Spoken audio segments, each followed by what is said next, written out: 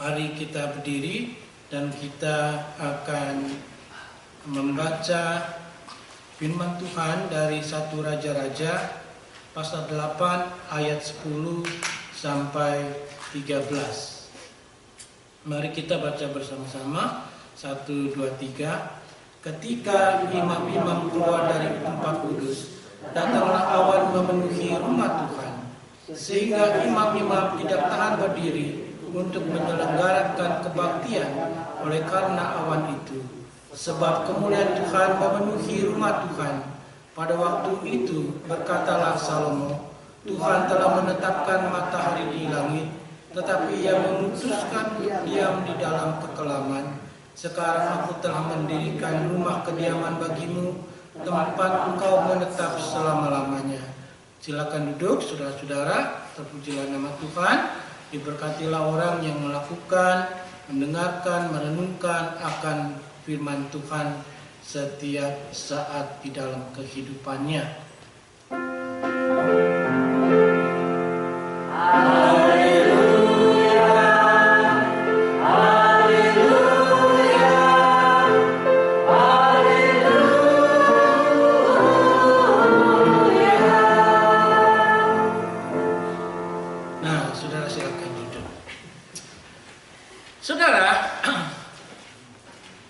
Kita pergi ke satu gereja, ya, lalu kita merasakan suasana gereja itu sangat sejuk, sangat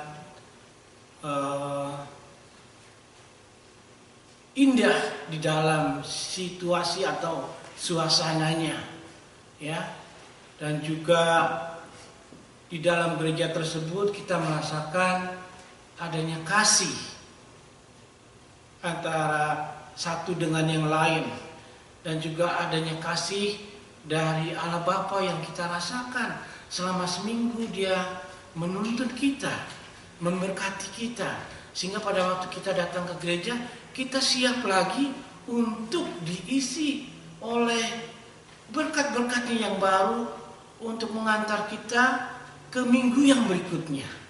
Ya, sehingga pada waktu kita ke gereja, kita benar-benar mendambakan. Setelah kita pulang ke rumah dari gereja, kita sudah boleh bertanya, dan kita sudah boleh mempunyai kerinduan, kapan saya bisa datang lagi ke gereja?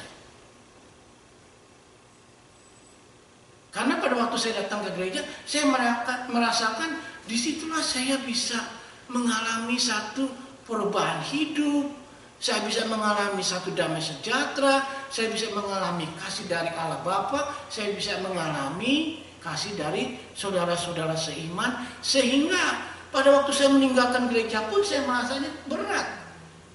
Ingin rasanya saya tetap berada selalu di rumah Tuhan. Itu artinya sebuah gereja yang digambarkan tadi dari beberapa ayat yang pada waktu kita baca, di mana pada waktu Salomo mentahbiskan bait suci di zamannya. Dan semuanya itu saudara-saudara sudah disediakan atau direncanakan oleh Tuhan, di mana nanti pada waktu Salomo menjadi seorang raja, yang pada waktu dia menjadi seorang raja, semua negara-negara sekitarnya, keadaan politik, keadaan negara, semuanya itu aman, sehingga dia sudah boleh mempunyai waktu untuk mendirikan sebuah bait suci untuk dipakai oleh bangsa Israel. Demikian juga pada waktu kita mendirikan sebuah gereja, semuanya sudah ada di dalam rencananya, semuanya sudah ada dengan teratur, maka gereja itu dibangun. Ya, sama dengan bait suci. Ya. Nah, pada waktu kita baca ayat-ayat tersebut, kita bisa melihat di mana pada waktu ditahbiskan oleh Salomo itu ada awan yang turun, ya. Datanglah awan memenuhi rumah Tuhan, sehingga imam-imam tidak tahan berdiri untuk menyelenggarakan kebaktian oleh karena awan itu. Saudara bisa bayangkan kalau seandainya saudara datang ke bait suci tersebut, imam-imam saja tidak tahan berdiri untuk menyelenggarakan kebaktian, apalagi jemaat yang merupakan orang-orang biasa. Pasti pada saat itu kalau kita bisa gambarkan suasananya, kehadirannya Tuhan itu, kuasanya itu benar-benar memenuhi bait suci tersebut. Sehingga di dalam pentabisan tersebut mereka merasakan bahwa Allah itu hadir bersama-sama dengan mereka. Dan juga kita percaya pada waktu kita masuk ke satu gereja, kalau kita semuanya mempersiapkan hati kita, kalau memang kita sama-sama rindu Allah itu hadir bersama-sama dengan kita, kita sudah bisa merasakan, ya, begitu takutnya kita, begitu kita hormatnya, begitu kita mendambakan berkat rohaninya, begitu kita merindukan hadiratnya di dalam kehidupan kita, supaya kita ditransform menjadi seperti apa yang Dia inginkan.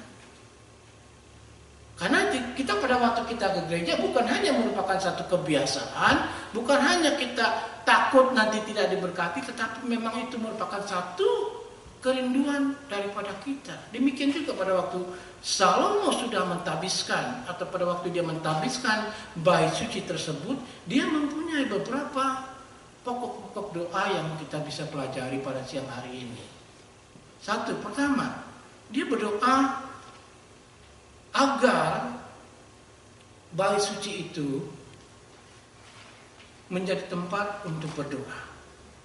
Dan sebelumnya di ayat 22 sampai 26 dia berdoa begini. Kemudian berdirilah Salomo di depan mezbah Tuhan, di hadapan segenap jemaat Israel, ditadahkannya lah tangannya kepada ke langit.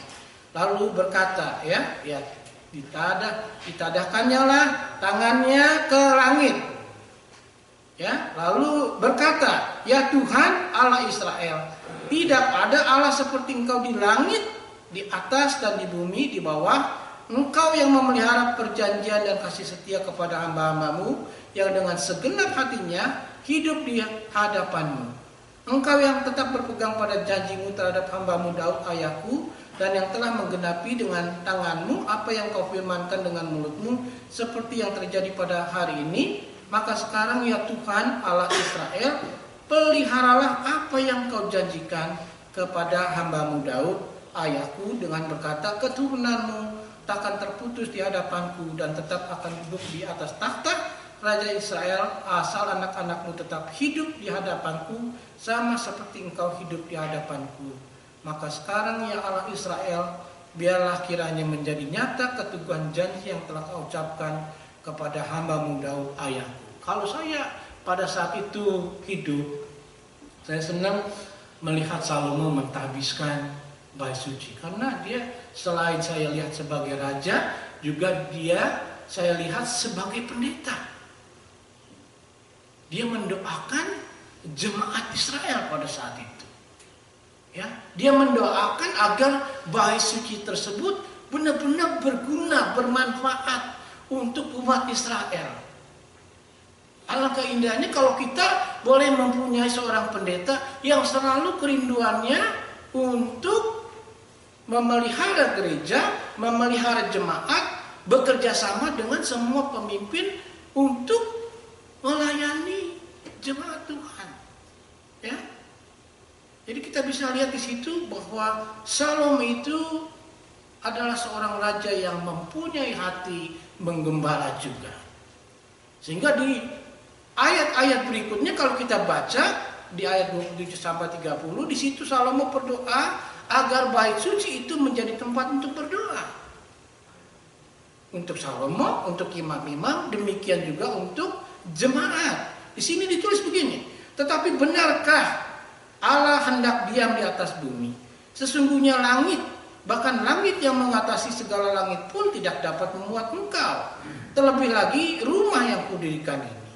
Maka berpalinglah kepada doa dan permohonan hambamu ini ya Tuhan Allahku. Dengarkanlah seruan dan doa yang hambamu panjatkan di hadapanmu pada hari ini. kiranya matamu terbuka terhadap rumah ini siang dan malam, terhadap tempat yang kau katakan namaku akan tinggal di sana. Dengarkanlah doa yang hambamu panjatkan di tempat ini, dan dengarkanlah permohonan hambamu dan umatmu Israel yang mereka panjatkan di tempat ini, bahwa engkau juga mendengarkan di tempat kediamanmu di sorga, dan apabila engkau mendengarnya, maka engkau akan mengampuni. Sekarang ada kebenarannya di dalam beberapa ayat tadi, ya. Bait suci sudah didirikan oleh Salomo, ya. Dan bait suci itu pertama Salomo doakan supaya menjadi tempat untuk jemaat Tuhan bertemu dengan Allahnya, dan juga menjadi tempat untuk mereka memanjatkan doa. Tetapi kalau kita perhatikan di situ ada perkataan di mana selalu Salomo katakan di tempat kediamanmu di surga. Padahal kita sudah membaca sebelumnya bahwa bait suci itu adalah tempat di mana Allah juga ada di sana. Tetapi pada waktu Salomo berdoa selalu dikatakan di tempat kediamanmu di surga. Karena memang benar Salomo mengatakan siapa yang bisa membangun satu gedung, membuat satu bangunan untuk Allah ada di sana. Langit saja pun tidak akan memuat. Karena begitu besarnya Allah itu. Dalam arti kata, Salomo ingin mengajarkan bahwa janganlah hai umat Israel menomorsatukan bait suci daripada Allahmu. Karena bait suci itu hanyalah merupakan suatu gedung. Tetapi yang paling penting itu adalah Allah itu sendiri. Yang nomor satu, lalu bait suci.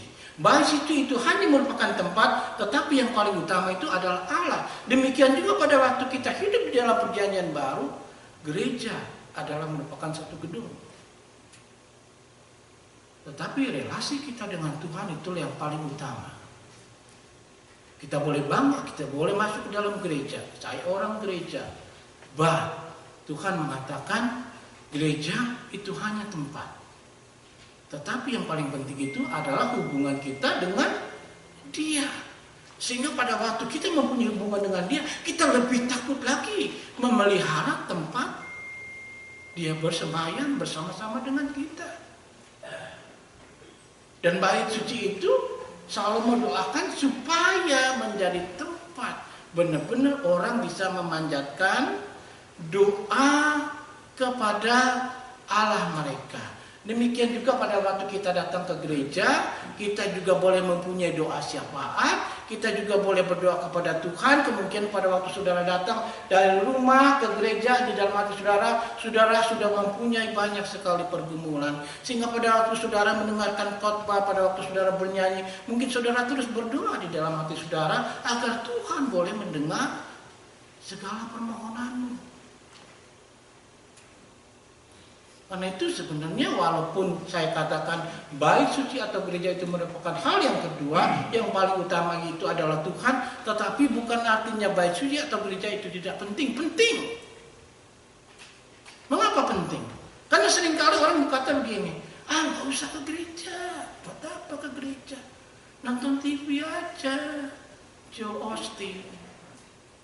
Nonton TV aja, pendeta-pendeta yang lain. Joseph Prince atau siapa saja sama. Enggak, sudah enggak sama. Dari dulu itu Tuhan sudah mengajarkan kepada umat Israel bahwa ada beberapa tempat yang sudah ditentukan oleh Tuhan untuk mereka berbakti kepada Dia. Jadi pada waktu kita ke gereja itu penting sekali. Berbeda artinya dengan pada waktu kita melihat khotbah atau mendengarkan khotbah di televisi. Orang harus tetap datang ke gereja. Karena gereja adalah tempat di mana kita bisa bertemu dengan hadirat Tuhan. Seperti pada waktu di perjanjian lama, Tuhan itu memilih beberapa tempat termasuk bait suci untuk umatnya bertemu dengan Dia. Saudara-saudara. Lalu pada doa berikutnya di ayat 31 sampai 32, Salomo itu meneruskan doanya seperti ini, agar bait suci itu menjadi tempat di mana Allah menerapkan penghakiman, ya. Jika seseorang yang telah berdosa kepada temannya lalu diwajibkan mengangkat sumpah dengan mengutuk dirinya, dan dia datang ke rumah, dia datang bersumpah ke depan mesbahmu di dalam rumah ini, maka engkau pun kiranya mendengarkannya di surga dan bertindak serta mengadili hamba-hambamu, yakni menyatakan bersalah orang yang bersalah dengan menanggungkan perbuatannya kepada orang itu sendiri, tetapi menyatakan benar orang yang benar dengan memberikan pembalasan kepadanya yang sesuai dengan kebenarannya. Jadi saudara-saudara, pada waktu kita datang ke gereja, kalau kita lihat di bait suci situ, kita bisa melihat pada waktu mereka datang ke bait suci, mereka boleh mendapatkan pengampunan. Alangkah indahnya kalau seseorang bisa mendapatkan pengampunan. Karena pengampunan itu membuat orang tersebut bisa mau maju lagi ke depan. Bisa menyadari kesalahannya. Itu juga pada waktu di gereja. Kita boleh belajar untuk saling mengampuni. Jadi kalau kita baca firman Tuhan, saudara-saudara, firman itu selalu menerangkan firman yang lain. Selalu. Yang paling anehnya, setiap apa yang tulis di sini, 44 pengarang firman Tuhan, berlainan tempatnya, waktunya berlainan, tetapi semuanya selalu mengajarkan hal yang sama tentang firman Tuhan, dan sedangkan firman itu juga adalah firman yang saling menerangkan dengan firman yang lain. Kalau kita baca di Kejadian sampai Wahyu, semuanya itu saling menerangkan satu dengan yang lain. Lalu ini kuncinya, saudara-saudara. Kalau memang saudara mau matang di dalam firman Tuhan, pada waktu saudara baca, hayati firman itu. Pada waktu saudara mendengarkan khotbah, hayati khotbah itu. Pada waktu saudara merenungkan firman Tuhan, hayati firman itu. Tapi kalau saudara tidak pernah menghayati, maka apapun yang tidak terdengar oleh saudara, walaupun sudah disampaikan, itu akan kembali lagi kepada saya. Ya. Jadi di situ ditulis bait suci itu selain untuk tempat berdoa dan mencari Allah, juga merupakan di mana Allah menerapkan penghakiman. Artinya di gereja itulah kita bisa belajar bagaimana untuk mendapatkan kebenaran, keadilan. Ya, gereja itu merupakan satu tempat yang di mana saudara bisa belajar tentang kebenaran-kebenaran dalam hidup, sehingga kebenaran-kebenaran itu saudara bisa pakai. Karena itu tidak salah kalau negara yang berajaskan kekristenan itu diberkati. Ya, diberkati. Karena dari ayat yang berikutnya itu, ayat 33 sampai 40, di situ ditulis yang lebih jelas lagi tentang di mana bait suci itu menjadi tempat untuk orang mendapatkan pengampunan. Ini lebih jelas lagi. Di sini ditulis, apabila umatmu Israel terpukul kalah oleh musuhnya, masalah karena mereka berdosa kepadamu. Kemudian mereka berbalik kepadamu, minta ampun kepadamu dan mengakui namamu, artinya bertobat, dan mereka berdoa dan memohon kepadamu di rumah ini, maka engkau pun kiranya mendengarkan dari surga dan mengampuni dosa umatmu Israel dan mengembalikan mereka ke tanah yang telah kau berikan kepada nenek moyang mereka, apalagi langit tertutup. Kedua, ya, itu kalau saya lihat masalah kedua, ya, terpukul kalah, langit tertutup, doa yang tidak terjawab mungkin, sehingga tidak ada hujan. Sebab mereka berdosa kepadamu, lalu mereka berdoa di tempat ini dan mengakui namamu, dan mereka berbalik dari dosanya, bertobat, dan sebab engkau telah menindas mereka. Ketiga, seringkali di dalam kehidupan kita ada rasanya beban yang kelihatannya itu selalu membuat kita tidak menikmati kehidupan damai sejahtera. Maka engkau pun kiranya mendengarkannya di surga dan mengampuni dosa hamba-hambamu umat Israel, karena engkaulah yang telah menunjukkan kepada mereka jalan yang baik. Ya, pada waktu kita gereja, kita belajar tentang hal-hal yang baik.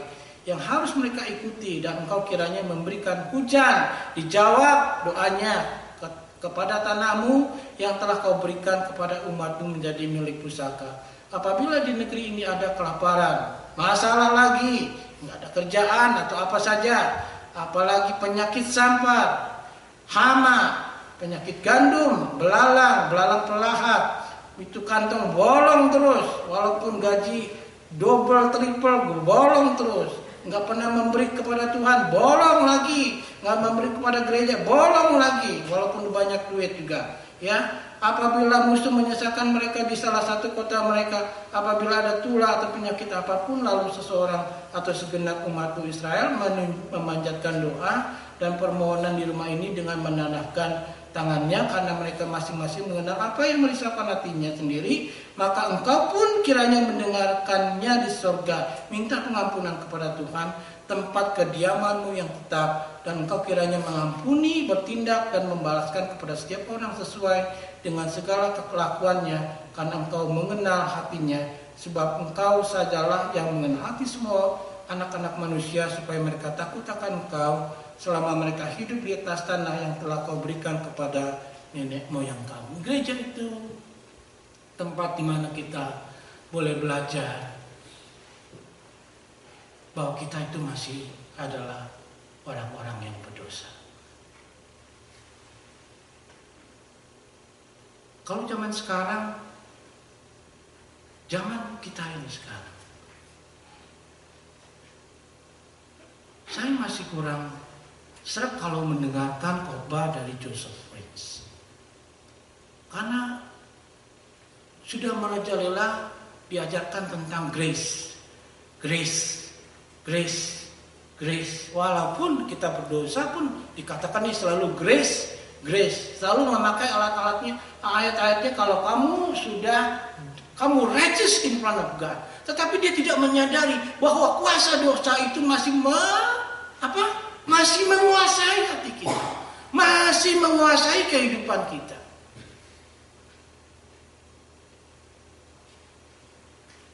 Sehingga apa yang tertulis di Alkitab itu 2 Timotius 3:16-17, firman yang diilhamkan oleh Allah itu bagus untuk mengajar, menegur, menasihatkan, membangun. Sedangkan kisah para rasul-rasul pada waktu gereja-gereja baru mulai berdiri dikatakan, kamu harus tekun belajar tentang firman Tuhan.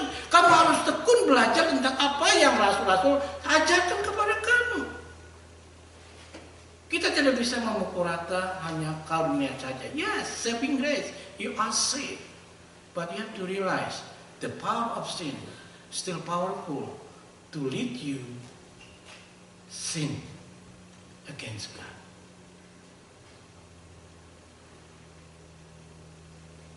Sehingga di dalam pengajaran tersebut sekali diajarkan, bohong-bohong dikit boleh lah, nipu-nipu dikit boleh deh, zina-zina sedikit juga boleh. Tetapi kita tidak mengerti di balik itu ada konsekuensinya, betul? Kalau saudara mencuri, ketangkap, dimasukkan penjara, saudara mau? Boleh, nggak apa, ada karunia, ada grace, go ahead. Berzina, that's okay, nanti diampunin, it's okay. Tapi kalau pasangan kita tahu, diceraiin nanti. Kalau tempat kita bermain jina-jina, kalau kena penyakit ada konsekuensinya. Betul enggak? Jadi kalau kita memang datang ke gereja, kita mau belajar, you have to realize you are the sinner, but saved by grace. It is saved by grace, but you have to realize the power of sin that's still there.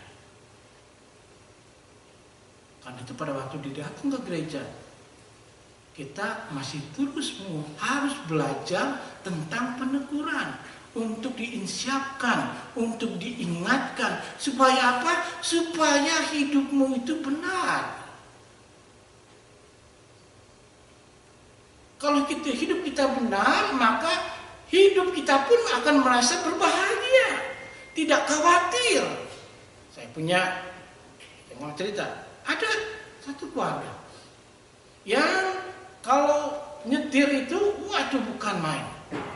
Saya udah bilang nyetir, hati-hati, double lane jangan dilanggar, jangan keluar masuk begitu, jangan. Benar saja, satu waktu nanti kecelakaan, memang kecelakaan. Begitu jadi ceritanya, saudara-saudara, pada waktu kita datang ke gereja, ya, kita boleh mendapatkan atau memanjatkan doa pengampunan, tetapi di situ juga saudara harus hidup di dalam pertobatan setiap hari. Karena pada waktu kita mengakui kesalahan kita, artinya kita mulai menyadari bahwa saya salah dan saya harus berubah. Ya, kalau di bait suci di sana diajarkan begitu, demikian juga apalagi di gereja di zaman kita. Ya, doa berikutnya yaitu di ayat 41-43. Salomo berdoa agar bait suci menjadi tempat untuk orang asing mengenal Allah. Begini.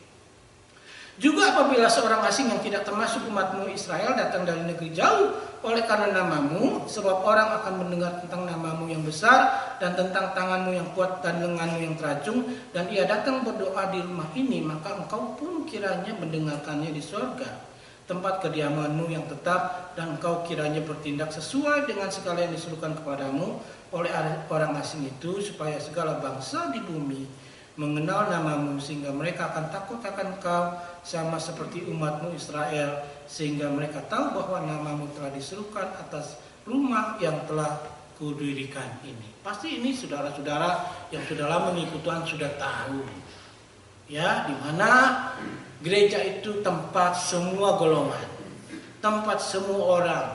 Sehingga juga kita boleh mempunyai hati yang selalu ingin menginjili kepada siapa saja yang belum mengenal Tuhan Yesus Kristus.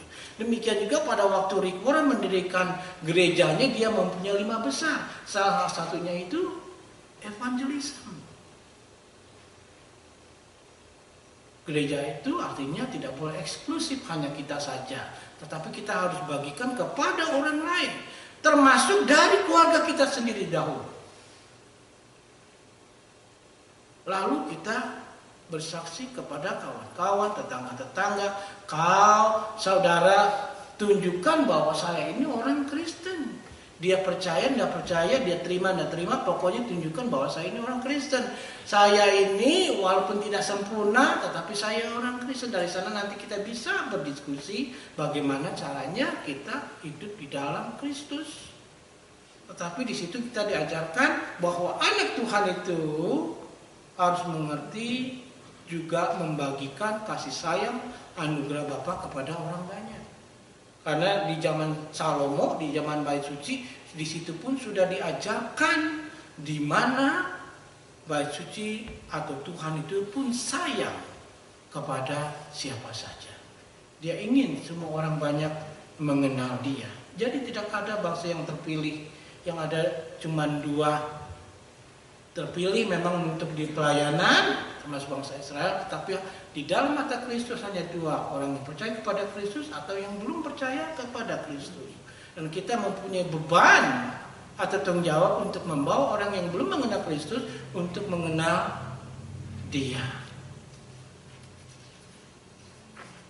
Ya. Nah, kalau di ayat-ayat terakhirnya sampai 44 sampai 50 saya tidak akan baca karena terlalu lama. Tapi di situ ditulis ada satu nubuatan yang dimana Salomo panjatkan di dalam doa tersebut. Indahnya firman Tuhan itu. Masa dia berdoa begini? Kalau satu waktu nanti umatmu itu keluar dari negeri ini, mereka pergi ke sana, biarlah mereka nanti pada waktu berdoa, mereka berdoanya ke arah bait suci. Salomo tuh, raja yang di atas dari segala negara-negara yang begitu dihormatin oleh raja-raja lain, dia bisa berdoa seperti nubuatan, saudara-saudara. Karena memang pada waktu beberapa tahun kemudian bangsa Israel melupakan Tuhannya sehingga mereka dibuang kemana? Ke Babilonia. Sudah ingat pada waktu mereka di Babilonia, Daniel berdoa, dia menghadap kemana? Dia menghadap ke Yerusalem. Dia nggak cari tempat kalau celangak celinguk, enggak, dia lihat, oh Yerusalem di sana. Saya berdoa ke arah Yerusalem. Ya, situ. Sehingga saudara-saudara, apa yang ada di bait suci itu merupakan bayangan dari apa yang akan terjadi di perjanjian baru. Karena kita mengetahui Allah kita adalah Allah yang heran dan besar. Apa herannya? Apa besarnya? Besarnya karena dia tidak lupa akan janjinya. Herannya itu selalu tepat, tidak pernah meleset. Ya, tidak pernah dia lalai akan janjinya. Sehingga pada waktu 400 Allah silent sebelum masuk ke perjanjian baru, pas dia masuk itu pun dia sudah menata sebuah gereja untuk umatnya yang baru. Sehingga kalau kita gabungkan lagi dengan Efesus, maka kita melihat bahwa orang Yahudi, bangsa yang dipilih, karena janji Allah kepada Abraham dengan umat yang baru, di mana karena kasih karunia akan tersusun rapi menjadi satu keluarga Allah. Di situ kita bisa melihat bahwa Allah kita itu memang adalah Allah yang besar dan yang heran. Dan di dalam perjanjian baru kita tidak butuh lagi dengan bait suci, tetapi kita sudah boleh menjadi apa? Menjadi bait suci itu sendiri.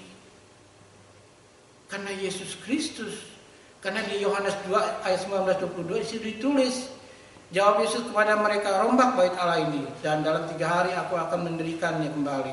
Lalu kata orang Yahudi kepadanya, 40 tahun orang mendirikan bait Allah ini, dan engkau dapat membangunnya dalam 3 hari. Tetapi yang dimaksudkannya dengan bait Allah ialah tubuhnya sendiri. Kemudian sesudah ia bangkit dari antara orang mati, barulah teringat oleh murid-muridnya bahwa hal itu telah dikatakannya, dan mereka pun percayalah akan kitab suci dan akan perkataan yang telah diucapkan Yesus.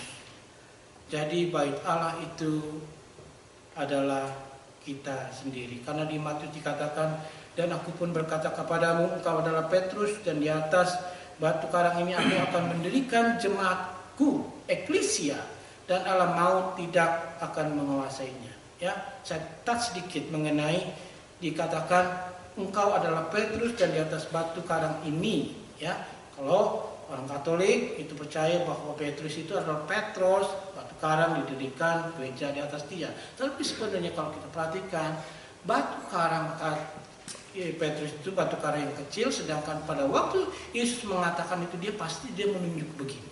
Ya, batu karang di atas batu karang ini aku akan mendirikan. Tapi kalau Petrus itu karena imannya kepada Yesus Kristus sehingga dia menjadi landasan, atau bukan menjadi landasan, dia akan membangun gereja berdasarkan landasan dari Yesus Kristus itu. Ya, itu tak saya di sana mengenai itu. Nah, apa yang artinya katanya eklesia atau jemaat? Jemaat itu adalah bahasa Arab. Ya, bahasa Arab. Jadi kita orang Indonesia memakai bahasa Arab, bahasa Portugis, bahasa Belanda, bahasa Chinese, kita campur aduk. Memang kita adalah bangsa yang campur aduk. Ya, lalu di situ jemaat adalah bahasa Arab, ya, sedangkan gereja itu adalah bahasa Portugis. Dikatakannya igreja, ya, igreja. Kalau orang Belanda kerek, ya, kalau Arab itu kita jemaat eklesia. Dan bahasa Yunani-nya itu dikatakan eklesia, itu artinya keluar. Dan keluar, ya. Dan kaleo itu memanggil. Jadi kita dipanggil keluar. Dari mana? Dari dunia. Tetapi kita masih ada di dunia. Tetapi dimaksudkan kita keluar dari perbuatan yang lama. Kita keluar dari kehidupan yang lama, kita masuk ke dalam kehidupan yang baru. Itu Itu jadi setiap dari kita semua di sini di gereja adalah orang-orang yang sudah ditebus, yang sudah dipanggil keluar dari perbuatan-perbuatan yang lama, dari kehidupan yang lama, yang dulunya mungkin penyembah Kuan Im, dulunya orang Islam, dulunya orang ateis, dulunya orang pelacur, penjahat atau siapa saja dipanggil oleh Yesus keluar dari perbuatan mereka yang lama, dijadikan himpunan yang baru. Mereka itu dipanggilnya eklesia. Ya, sehingga artinya gereja adalah kumpulan orang-orang yang dipanggil Allah keluar dari dunia ini untuk menjadi miliknya, umat kepunyaan Allah sendiri. Allah memanggil mereka di dalam dan melalui Kristus. Mereka yang dipanggil Allah akan datang dan beriman kepada Yesus Kristus. Dengan demikian kita yang telah beriman kepada Yesus Kristus adalah gereja. Bentuk bagaimanapun kita di sini, ada yang pendek, ada yang kurus, ada yang gemuk, yang tinggi, yang cakep, yang cantik, yang pesek, yang mancung, semuanya di mata Tuhan ganteng-ganteng dan cantik-cantik. Karena Yesus Kristus. Dan semuanya kita di sini adalah saudara dengan saudara. Saudara-saudara. Semuanya kita di sini adalah sesuatu kumpulan yang tidak membedakan satu dengan yang, sehingga kita begitu erat satu dengan yang lain karena kita adalah nasibnya sama. Nasib kita itu adalah satu nasib yang beruntung dipanggil oleh Yesus Kristus untuk menjadi umatnya.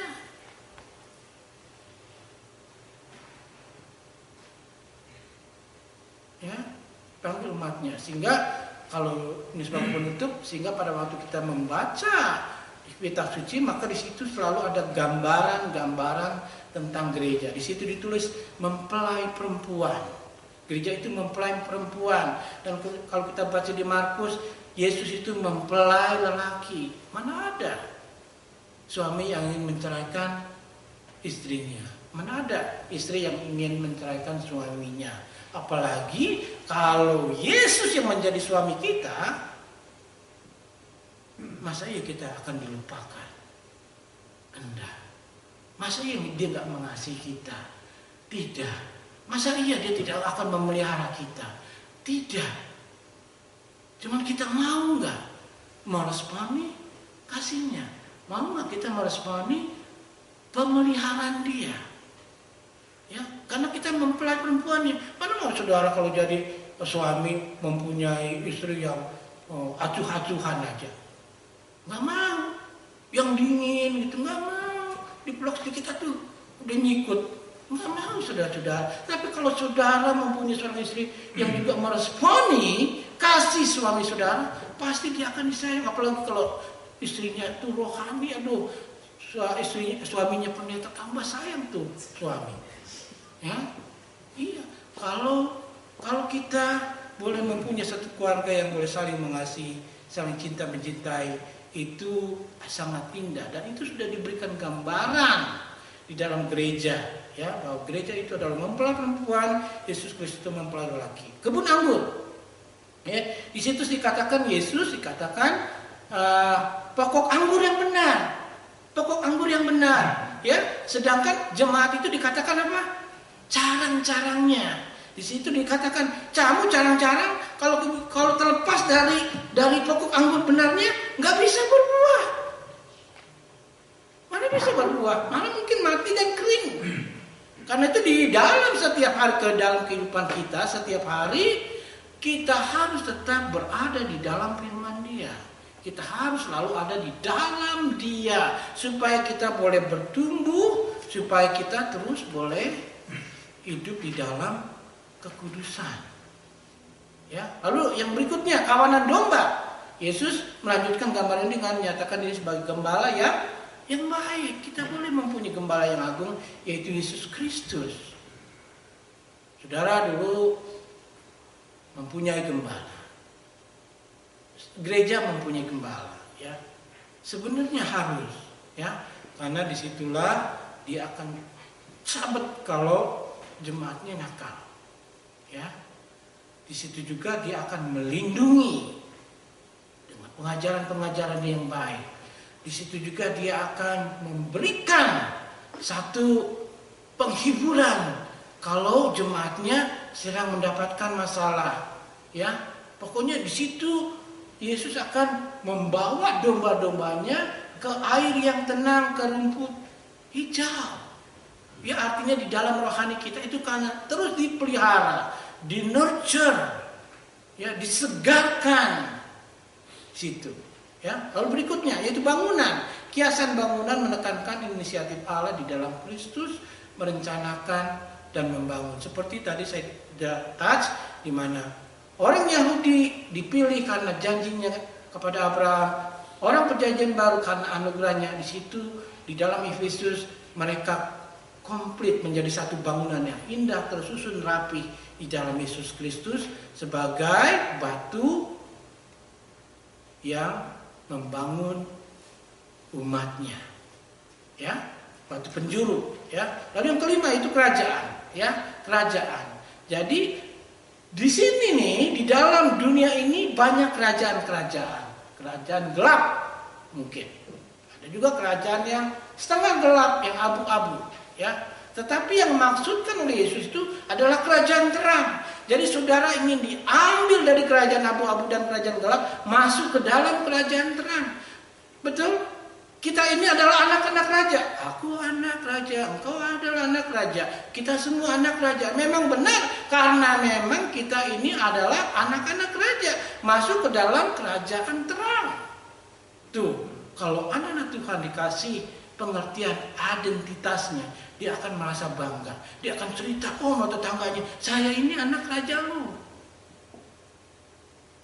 Saya ini anak kebanggaan Tuhan. Ya, anak cucu kita, siapa saja, mantu kita, jadi anak raja. Jadi anak raja.